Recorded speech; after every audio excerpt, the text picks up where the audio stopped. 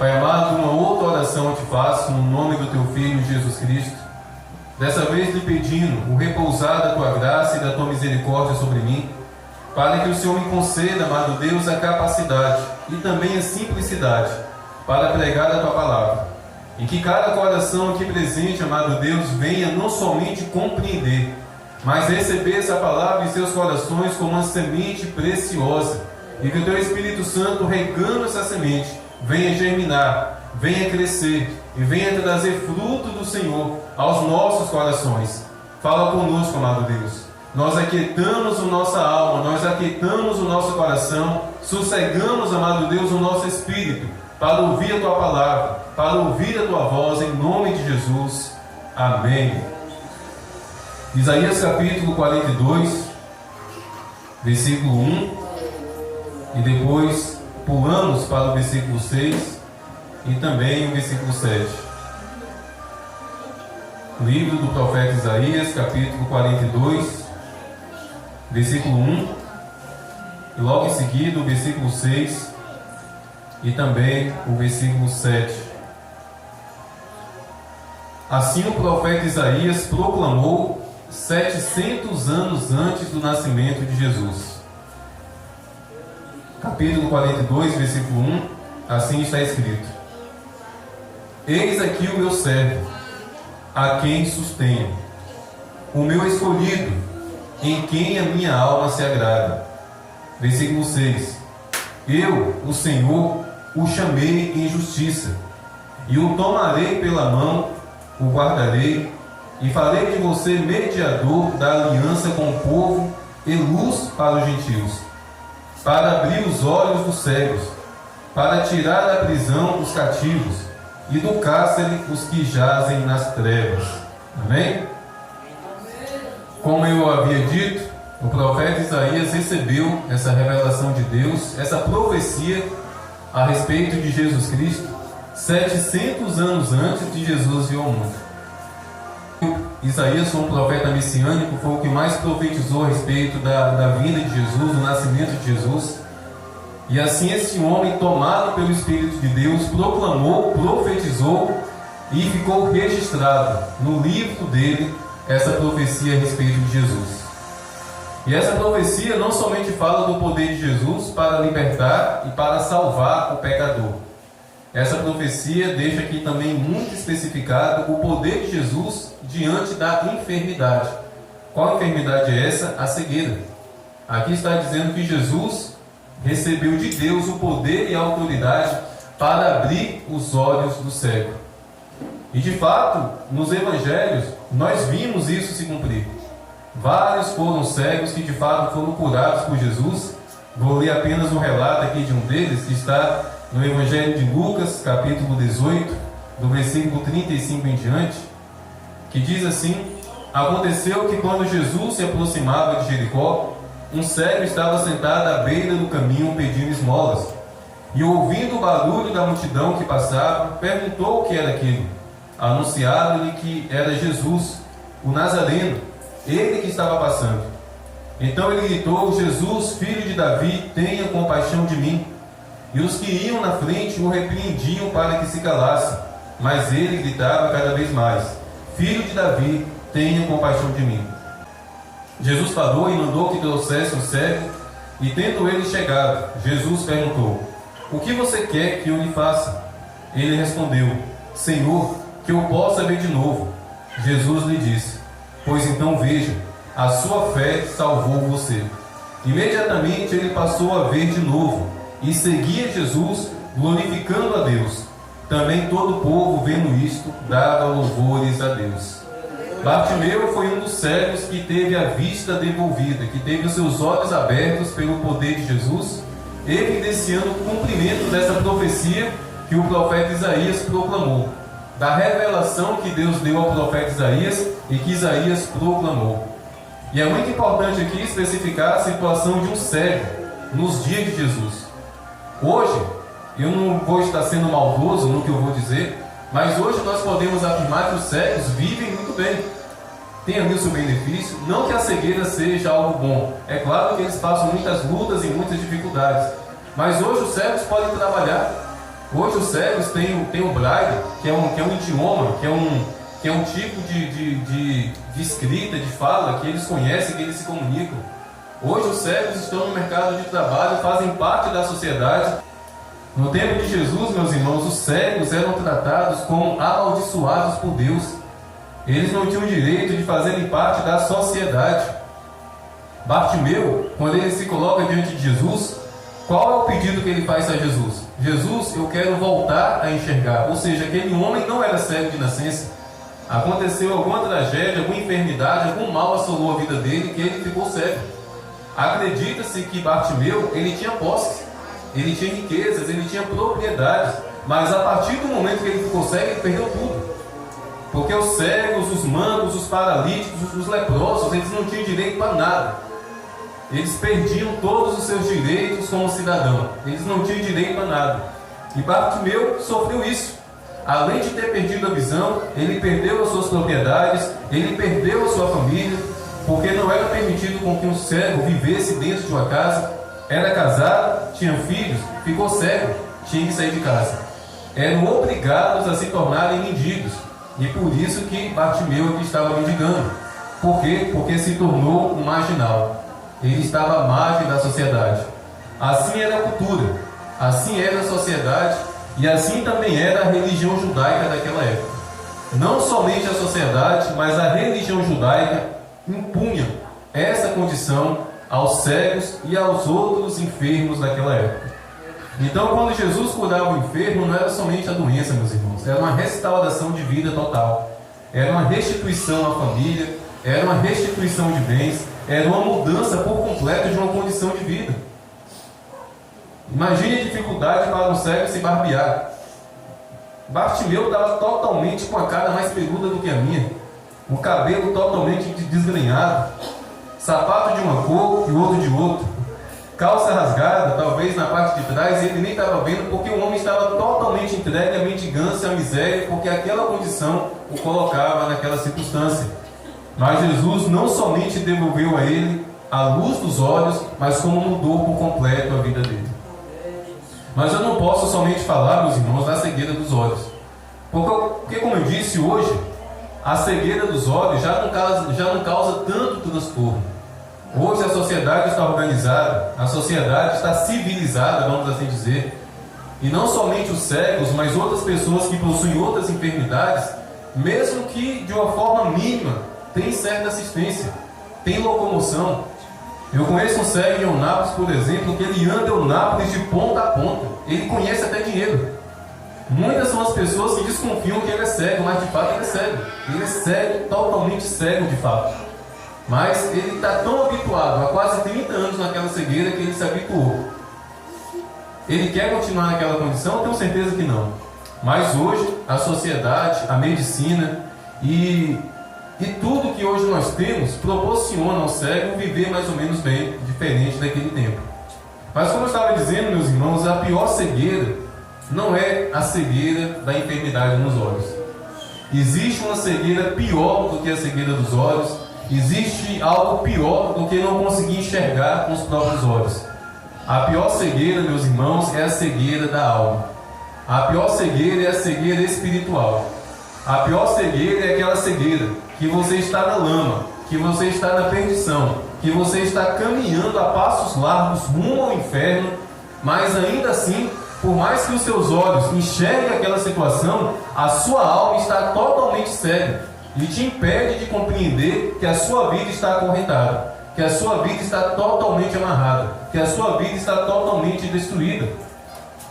O apóstolo Paulo, 2 Coríntios capítulo 4, versículo 4, ele fala que o Deus desse século cega o entendimento dos incrédulos.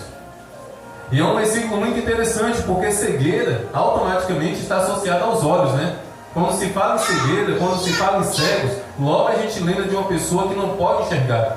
Mas nesse versículo o apóstolo Paulo associa a cegueira ao entendimento.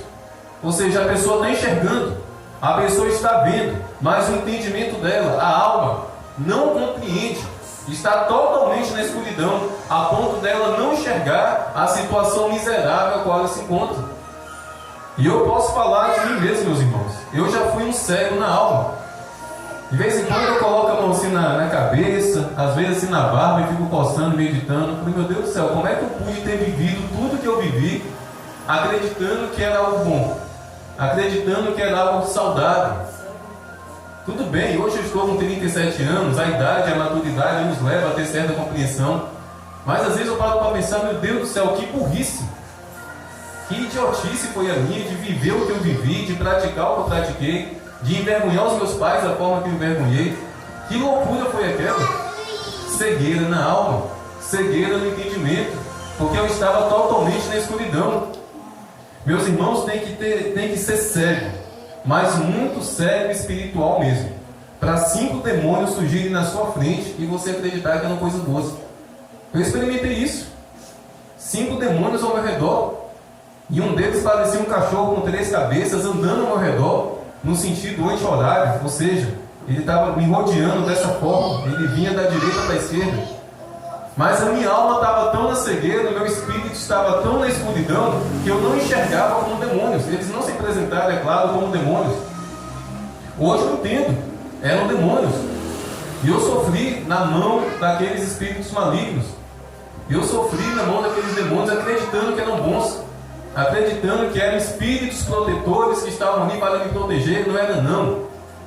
Os mesmos, transfigurados em outras imagens, me davam surra, subiam em cima de mim, me enchiam de porrada, coisas terríveis. E hoje eu me lembro de tudo isso e falo, como eu fui cair nessa baboseira? Estava explícito. O livro de satanismo que eu tinha, meus irmãos, na capa, sabe o que tinha na capa? Tinha um homem com peito de mulher, com perna de bode e com chifre. Dá para olhar para um livro desse, dá para olhar para uma capa de um livro desse e acreditar que era coisa boa? Mas ali nos meus 17, 18, 19 anos eu acreditei que era coisa boa. E fiz tudo que aquele livro ensinava. Por quê? Porque eu estava cego, totalmente cego. Essa é a pior cegueira, meus irmãos, quando você não enxerga a podridão da sua alma, quando você não enxerga as correntes e as cadeias de Satanás que te prendem. Eu nunca me esqueço de um lado do gato, eu já disse isso aqui muitas vezes, por volta de umas 5 da manhã, eu acordei sentindo algo gelado no meu rosto. E quando eu abri os meus olhos e passei a mão no rosto, eu olhei para minha mão, o meu próprio vômito. Eu caí também no chão, de tanto que eu bebi, caí apagado, embriagado, totalmente destruído, e passei mal ali certamente, e vomitei. E o meu próprio vômito foi o meu travesseiro naquela noite. E naquela manhã eu acordei envergonhado. Os meus amigos ali todos caídos também, a maioria tudo drogado. Nenhum deles estavam acordados, mas como eu fiquei envergonhado, como eu me senti um lixo ali naquela manhã. O meu pai nunca bebeu na vida. Eu nunca vi meu pai bebendo, eu nunca vi meu pai fumando, e eu, o único filho homem, o mais novo da família, ficando 2, 3 dias fora de casa, vivendo uma vida totalmente miserável, mas eu não estava enxergando, eu estava vendo vômito. Todo mundo ao meu redor numa situação pior ou igual a minha. Meus irmãos, teve uma festa, só para vocês terem ideia da podridão que eu vivia. Certa vez a gente estava em uma festa de rock, de heavy metal, música satânica do início ao fim, e simplesmente um rapazinho, na época ele tinha 14 anos, um menino de 14 anos andava com a gente, em meio a bebidas, em meio às drogas. Esse rapazinho se levantou com um estilete na mão, chegou na mão de um amigo meu, que na época era meu amigo, hoje eu não tenho muito contato com ele, pegou esse estilete, fez um corte na palma da mão desse amigo meu e começou a beber o sangue da palma da mão daquele camarada. Era uma vida assim louca, sabe? Tudo normal, estava tudo normalizado para a gente, não tinha nada de anormal. Por quê? Por causa da cegueira da alma, por causa da cegueira do entendimento. E a Bíblia fala, meus irmãos, que Satanás, o Deus deste mundo, o Deus desse século, ele cega o nosso entendimento. Ele cega, amados irmãos, a nossa alma, para que nós não venhamos enxergar aquilo que ele está lançando na nossa vida. Ah, pastor, mas 2 Coríntios capítulo 4, versículo 4 diz que Satanás faz isso somente com os incrédulos. Sim, é verdade. Mas infelizmente, Satanás tem lançado essa cegueira na vida de muitos dentro da igreja. Satanás tem lançado essa escuridão, essa sombra, essa trevas na mente e na alma de muitos que estão na igreja, a ponto de assistir no Big Brother e achar que é coisa boa, a ponto de assistir em pornografia e achar que não tem nada a ver, ao ponto de permitir com que os ouvidos e os olhos recebam imundícies, vômitos de Satanás, e não haver nenhum constrangimento no coração. Isso é cegueira. É uma cegueira sendo lançada na alma. Talvez há 2000 anos atrás a revelação era essa. Paulo estava certo. Quando Paulo escreveu, quando Paulo revelou, de fato naquele momento, há 2000 anos atrás, Satanás estava lançando cegueira somente nos incrédulos, mas parece que as coisas mudaram. Essa cegueira, essa escuridão está entrando dentro da igreja. E nós estamos facilitando as coisas para Satanás, permitindo com que a nossa mente seja endurecida, o nosso coração seja travado e a nossa alma seja totalmente tomada pela escuridão. E aí sabe o que nós nos tornamos? Cegos andando na luz. Cegos andando na luz. Do que adianta, meus irmãos, Jesus Cristo abrir os nossos olhos e a nossa alma permanecer na escuridão? Do que adianta estarmos na luz? Eu estou na luz, eu estou na igreja, eu estou adorando, eu estou louvando, mas espiritualmente a nossa alma permanece em trevas, acumulando trevas, ajuntando trevas na nossa alma. Meus irmãos, ou somos libertos ou não somos. Ou a cegueira é removida da nossa alma para verdadeiramente vivermos uma vida na luz, ou não somos. Ou de fato somos salvos ou não somos, não tem meio termo. Aceitou Jesus verdadeiramente, meus irmãos, entregou a vida para Jesus de coração. Eventualmente, a treva, a escuridão, a cegueira tem que ser removida da nossa mente, tem que ser removida da nossa alma. Se ainda há cegueira, se ainda há escuridão, precisamos rever, precisamos sondar o nosso coração, porque Jesus ele veio para dar luz. Jesus ele veio para dar luz àqueles que estavam nas trevas. E precisamos entender que luz é luz. Luz não se mistura com as trevas. Em Gênesis capítulo 1, a palavra diz que quando Deus criou a luz, Deus viu que a luz era boa. E logo em seguida ele fez o quê? Separou a luz das trevas. Lá na frente Jesus Cristo diz: eu sou a luz do mundo. Se a luz do mundo, que é Jesus, verdadeiramente está aqui no meu e no seu coração, tem que haver uma separação. Tem que haver uma separação na nossa vida de tudo aquilo que é escuridão, de tudo aquilo que nos cega.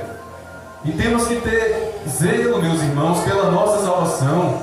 Temos que ter zelo por essa luz que recebemos de Jesus Cristo. E não permitir com que as trevas se aproximem.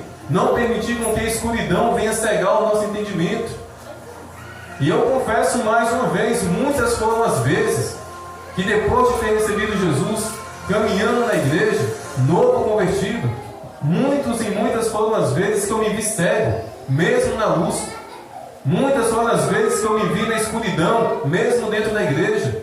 Muitas foram as vezes que eu estava com meu coração nas trevas, mesmo com a Bíblia na mão, em uma boca de fumo, pregando o Evangelho. Por quê? Porque eu não estava vivendo uma vida sincera e verdadeira com Jesus Cristo. Quem me via com roupa de crente, um homem de Deus. Mas o meu coração, a minha alma estava na escuridão, porque havia pecado, havia desobediência, havia uma vida longe do Senhor. E eu estou falando de quem? Estou falando de mim mesmo. Depois de ter recebido Jesus, muitas e muitas vezes eu me vi nessa situação.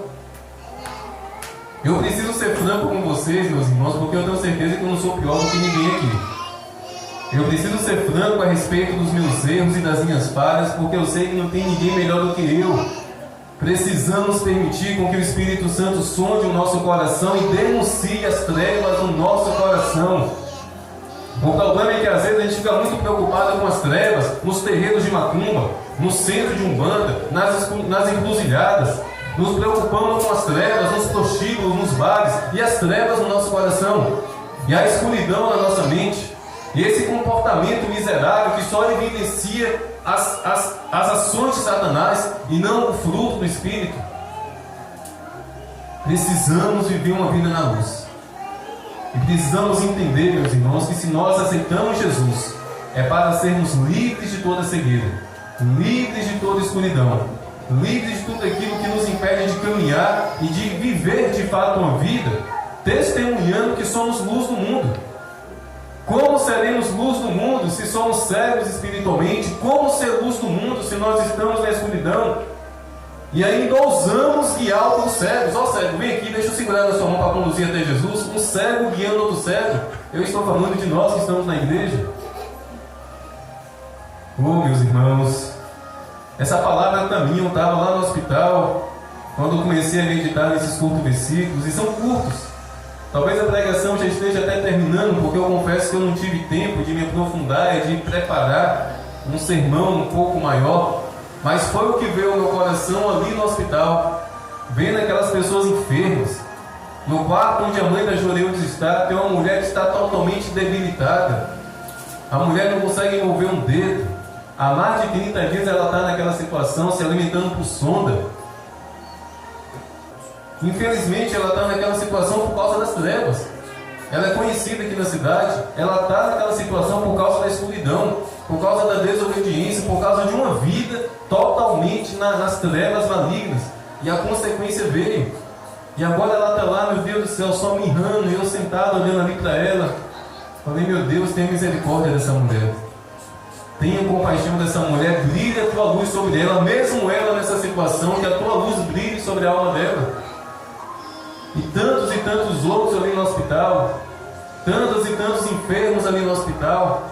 Meus irmãos, o pecado adoece, as trevas adoecem, a escuridão de fato adoece o corpo. Ah, pastor, o senhor está dizendo que eu estou doente por causa do pecado? Não.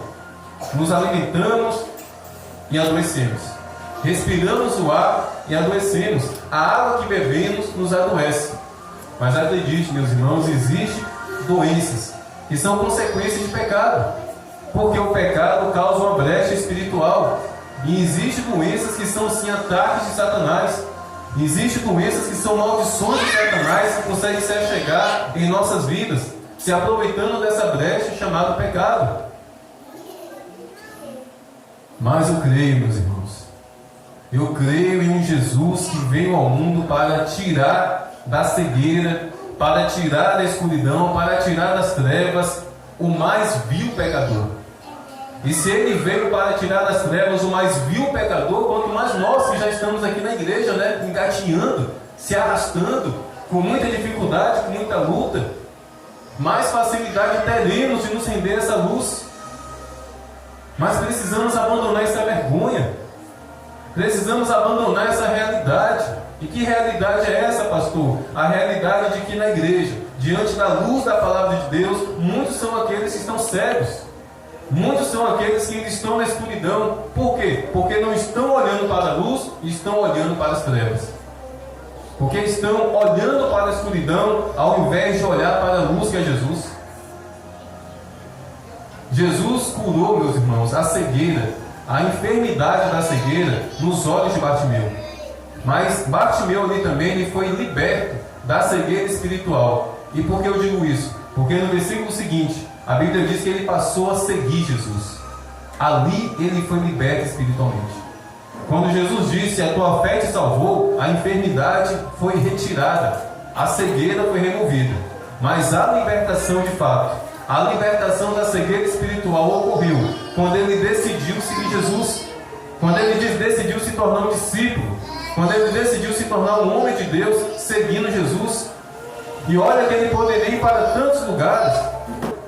Há quanto e quanto tempo Bartimeu não sabia o que era tomar um copo de cerveja? Já existia na época. Há quanto e quanto tempo Bartimeu não sabia o que era tomar um copo de vinho? Mulheres, há quanto e quanto tempo ele estava na seca? O ditado tem fora, ele está na seca. Mas mesmo tendo passado tanto tempo, sem ter usufruído de tudo isso, ele decidiu seguir Jesus, porque ele estava agora na luz. Ele não estava mais cego espiritualmente, o entendimento dele não estava bloqueado. Ele decidiu seguir Jesus. Ah, meus irmãos, é possível estar na igreja e não seguir Jesus. É possível estar na igreja e continuar nas trevas. E mais uma vez eu denuncio a mim mesmo, porque eu sei o que é isso. Nos meus primeiros anos de convertido, 2, 3, 4 anos, em muitas ocasiões eu me peguei nas trevas. Em muitas ocasiões eu me peguei no erro. Em muitas ocasiões eu me peguei com as mãos erguidas, dando glória a Deus, mas com o meu coração no pecado. Eu tenho que confessar isso. Eu preciso confessar isso para vocês, para que vocês vejam, meus irmãos, o quão sutil é a vida com Deus. Mas houve um momento na minha vida que o Espírito Santo começou a me constranger. Houve um momento na minha vida que o Espírito Santo encontrou no meu coração liberdade para me revelar que todo o sofrimento de Jesus Cristo aqui, lá naquela cruz, não foi para me viver uma vida falsa, uma vida meia boca, uma vida de um cristão fraco, uma vida de um cristão sem compromisso, uma vida de um cristão que se preocupava mais com a aparência do que de fato com o testemunho.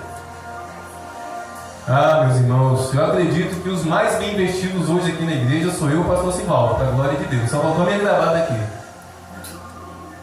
Mas de nada, a roupa dele e a minha roupa significa ser um testemunho. De nada adianta o irmão Sivaldo bem vestido, o pastor Nido aqui bem vestido, com sua calça social, com seu sapato social, com sua camisa social, se eu não estiver vestido de luz, se eu de fato não estiver emanando luz.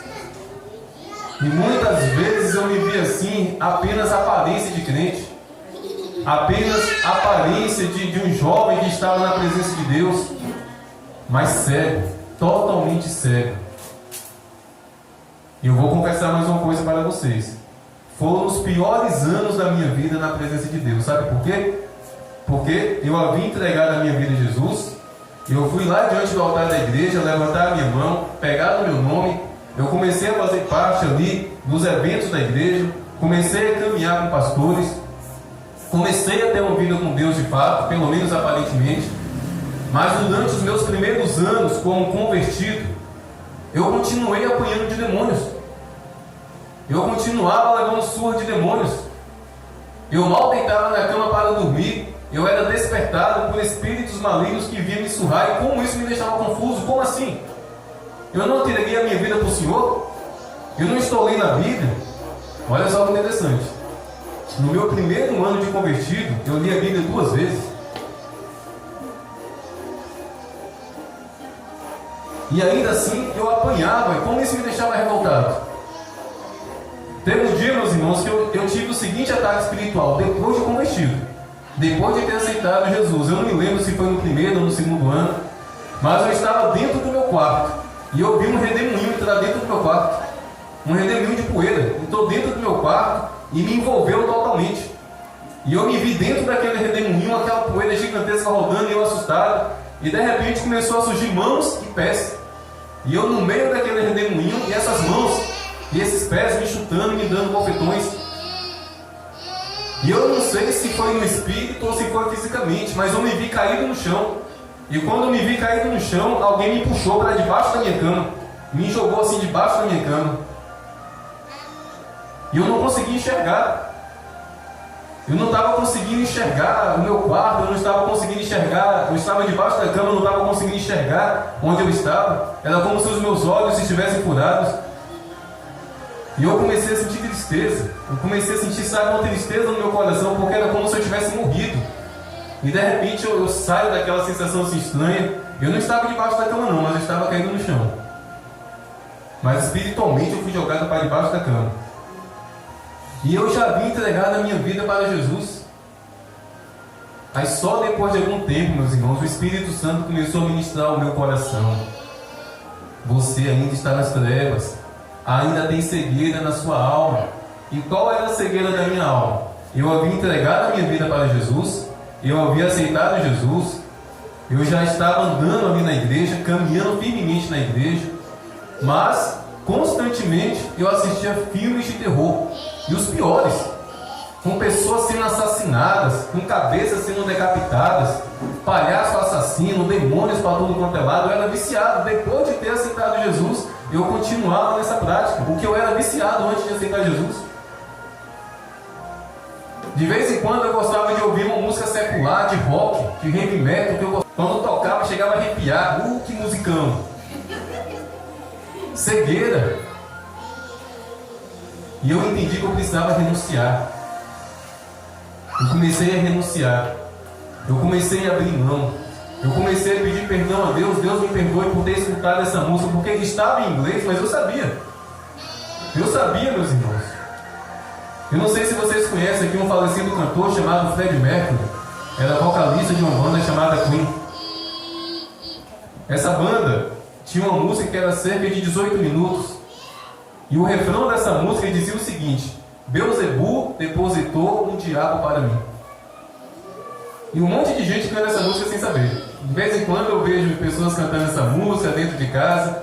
E o refrão dessa música, traduzido para o português, diz claramente isso: Beelzebub depositou um diabo para mim. Certa vez o Freddie Mercury, em um show, ele abriu o show com uma luva de diamantes. E ele apontou assim para a multidão, e aquela multidão apaixonada por ele. E ele disse: foi um presente do próprio Satanás, aquela luva de diamante.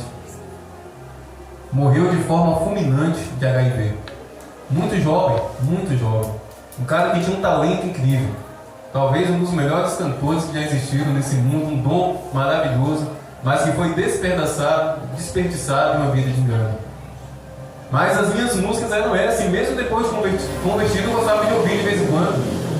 E pouco a pouco, meus irmãos, eu fui abrindo mão. Pouco a pouco eu fui me libertando de tudo isso. Quer ver outra cegueira que eu vivia? Quando eu estava no satanismo, quando eu praticava o ocultismo, tudo que eu fazia, todos os rituais, toda a meditação, todo o trabalho que envolvia acendimento de velas tinha que ser no escuro.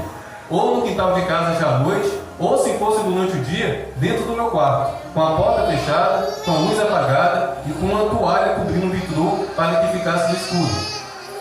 Depois que eu me converti, eu me vi que eu estava nesse hábito. Eu gostava de orar no escuro. Eu gostava de orar na total escuridão. Todas as vezes que eu ia orar, se ainda fosse de dia, eu colocava uma toalha no vitrô ali do quarto, da parede, fechava a porta, porque eu só me sentia bem se tivesse pouca luz. E o Espírito Santo me revelou que aquilo era uma cegueira na minha alma ainda.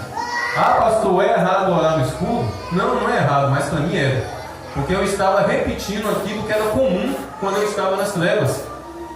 Eu estava repetindo algo que era cômodo para a minha alma diante daqueles rituais que eu fazia. Aí a partir de então, eu só oro com a luz acesa.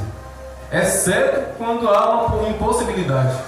Quando eu estou em um lugar, como no sítio, semana passada eu estava novamente no sítio, acordei de madrugada e fui orar, estava tudo escuro. Aí não tem para onde correr, né? Então, agora proporcionar um ambiente de escuridão, apagar a luz do meu quarto, porque a minha alma vai se sentir confortável, era uma cegueira na minha alma. Era eu tentando repetir na minha vida com Deus o que eu fazia quando eu servia Satanás. Repito, orar no escuro não é errado, tá bom? Se porventura você tem esse hábito, está em paz. Mas se porventura o que eu falei aqui trouxe alguma revelação ao teu coração a respeito disso, então permita com que o Espírito Santo te revele o porquê que o que eu falei aqui chamou a tua atenção. Eu só sei que Deus nos chamou à luz. Deus nos chamou para sermos filhos da luz. E devemos constantemente andar na luz. Mas tudo isso eu relatei aqui, meus irmãos, para vocês verem o quanto eu estive no engano, mesmo depois de convertido. O quanto eu estive no erro, mesmo depois de convertido. Assistindo filme de terror, gostando de músicas seculares, satânicas, e tentando trazer para a minha experiência com Deus práticas espirituais que eu praticava quando eu estava servindo o diabo. E graças a Deus que nós temos o Espírito Santo, meus irmãos. Graças a Deus que nós temos esse Consolador que de fato nos ensina todas as coisas e nos ensina dia após dia. Mas vamos decidir andar na luz. Vamos tomar a decisão que Bartimeu tomou. Bartimeu tomou a decisão de sinceramente, de verdadeiramente seguir o Senhor Jesus, simbolizando ali uma libertação da cegueira espiritual que aquele homem vivia, e a vida dele nunca mais foi a mesma. Se ainda há trevas na sua vida, se ainda há escuridão na sua vida, entregue verdadeiramente todas essas áreas ao Senhor Jesus, que pode ter certeza, Ele é a luz do mundo. Jesus é a luz do mundo. Mas necessário é, meus irmãos, que nós venhamos abrir o nosso coração para essa luz entrar. A igreja está toda iluminada. São 8 lâmpadas, 6, 8 lâmpadas. Mas dentro desse cômodo aqui, a luz não está chegando. Por quê? Porque tem uma cortina. Ali também atrás, a luz não está chegando, porque tem uma cortina vermelha. A luz só está aqui porque não tem nada impedindo o resplandecer dessa luz. Meus irmãos, o nosso coração tem muitos compartimentos. O nosso coração tem muitos quartos. O nosso coração tem lugar secreto. Se o nosso coração fosse uma cômoda, seria uma cômoda com 1000 gavetas. Tem muitas gavetas no nosso coração. Muitas gavetas no nosso coração ainda não foram esvaziadas.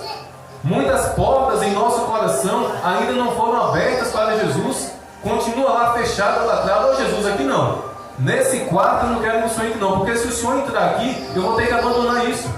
Jesus, se o Senhor entrar nesse quarto, eu vou ter que abandonar esse meu estilo de vida. Não, Jesus, se o Senhor entrar aqui dentro desse quarto, eu vou ter que abrir mão daquela amizade. Existe amizade que são trevas. Existe amizade que é escuridão. Existe amizade que são sombras. Por causa da pessoa? Não. Por causa da vida que aquela pessoa está vivendo. Meus irmãos, amizade é aliança, entenda. Amizade é aliança espiritual. Da mesma forma que um casamento entre homem e mulher é uma aliança, uma amizade também é. Uma amizade, uma aliança espiritual. Tenhamos cuidado com quem nós confiamos a nossa amizade, porque nós vamos estar nos aliançando em amizade com aquela pessoa e podemos estar totalmente tomados pelas trevas. Quantas e quantas pessoas eu conheci, meus irmãos, que se afastaram de Deus por causa de amizade, velho? E engraçado que algumas delas a intenção era até boa. Eu vou conseguir levar para Jesus, eu vou conseguir levar para a igreja, e até conseguia levar em 1, 2 ou 3 cultos, mas de repente estava na mesa de bar com aquela pessoa, estava no prostíbulo com aquela pessoa, porque fez uma aliança que não deveria fazer. Porque luz não se mistura com trevas. Luz não se mistura com trevas. E vamos, meus irmãos, viver na luz. Só podemos resplandecer a luz se vivermos na luz. E essa palavra repouse no coração da igreja, repouse no coração dos irmãos, e que cada palavra que aqui foi dita, que cada relato que eu aqui proclamei a respeito da minha vida, seja uma ferramenta de Deus em nossos corações para lançar luz aonde ainda há trevas. Se a escuridão na sua vida for o Big Brother, fuja dessa escuridão. Se a escuridão na sua vida for o seu celular, o vício em alguma rede social, tire essa escuridão diante dos teus olhos. Seja qual for a escuridão e as trevas e a cegueira na nossa alma, Jesus Cristo veio para lançar luz. Jesus Cristo veio para dissipar toda a escuridão. Mas é necessário abrir a cortina do nosso coração para que essa luz em toda a sua plenitude verdadeiramente entre e faça aquilo que deve ser feito. Eliminar toda a escuridão e nos libertar da cegueira. Amém? E que fique o alerta. Eu não preguei para traficantes, eu não preguei nessa noite para prostitutas, eu não preguei nessa noite para bandidos, eu preguei para a igreja reunida aqui nesta noite. E se a palavra de Deus foi essa, é porque a nossa necessidade é essa. Deus, ele nunca proclama a palavra dele em vão. Se a palavra de Deus foi a respeito de cegueira espiritual, é porque a necessidade da igreja Nova Jerusalém foi ter escutado essa palavra. E se é a necessidade da Nova Jerusalém, Deus não mente, Deus não se engana. De fato, nós precisamos abandonar muita cegueira na nossa alma, muita cegueira no nosso coração. E como pastor dessa igreja, Deus, começa de mim. Começa através da minha vida. Não me mantenha nesse púlpito se houver cegueira na minha mente, se houver escuridão no meu coração. Mas eu peço e clamo pela tua misericórdia, brilhe a tua luz sobre a minha vida e me liberte de toda cegueira, me liberte de toda escuridão, de toda treva espiritual e me torne verdadeiramente imagem e semelhança do teu Filho Jesus Cristo, que resplandece e emana a tua luz por onde eu passar, ó Deus, em nome de Jesus. Amém? Que assim os irmãos venham orar no seu secreto. Eu oro em público, desde já, me expondo para vocês. Eu precisei fazer essa oração. Amém? Vamos ficar em pé para orarmos. Se houver alguém aqui nessa noite que está nas trevas, se houver alguém aqui nessa noite que está na escuridão, se existir alguém aqui nessa noite que está caminhando rumo à escuridão e às trevas eternas, eis uma oportunidade a mais que a luz do mundo, Jesus Cristo, nos concede. Se porventura for algum convertido, talvez até batizado você já seja, mas aí você reconheceu que há trevas, que há escuridão ainda no teu coração, vamos aproveitar a oportunidade, não me deixa sozinho não, e vamos clamar pela luz que é Jesus, para que verdadeiramente venhamos viver uma vida, meus irmãos, testemunhando que Jesus de fato é a luz da nossa vida. Amém? Feche seus olhos.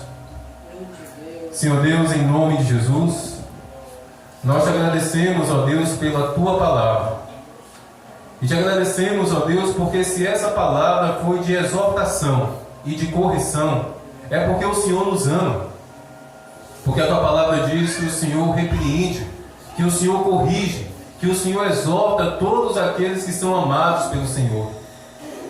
Mas de nada adianta, Pai, sabermos que somos amados pelo Senhor e vivermos uma vida nas trevas e na escuridão. Por isso eu te peço em nome de Jesus, tenha misericórdia de nós e tenha compaixão de nós. Perdoa, Senhor, os nossos pecados, as nossas transgressões, as nossas iniquidades. Sabemos, ó Deus, que há trevas. Sabemos, ó Deus, que há no nosso coração escuridão.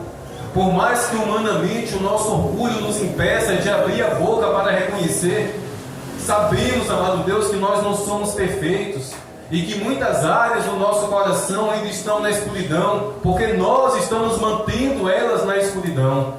Mas nós te pedimos, ó Deus, quebrando o nosso coração, remova da nossa alma toda resistência, todos os obstáculos que nós levantamos, ó Deus, para que a tua luz não adentre da forma que ela deve adentrar. E em nome do Senhor Jesus, amado Deus, liberta-nos das trevas e da escuridão deste mundo, das trevas e da escuridão do pecado, das trevas e da escuridão da desobediência. Nos liberte, ó Deus, da cegueira do nosso entendimento, da cegueira da nossa alma, para que assim venhamos viver uma vida sincera e verdadeira, na luz da tua salvação, que é Jesus Cristo. Brilha a tua luz, ó Deus, sobre a igreja Nova Jerusalém, porque eu creio que se esta palavra foi para esta igreja, se essa palavra foi pregada no púlpito dessa igreja, é porque, a começar do pastor, todos aqui precisam da luz do Senhor, dissipando trevas e escuridão. Somente nos ajude. Somos fracos, somos falhos. Nos ajude, ó Deus, em nome de Jesus. Amém. Amém.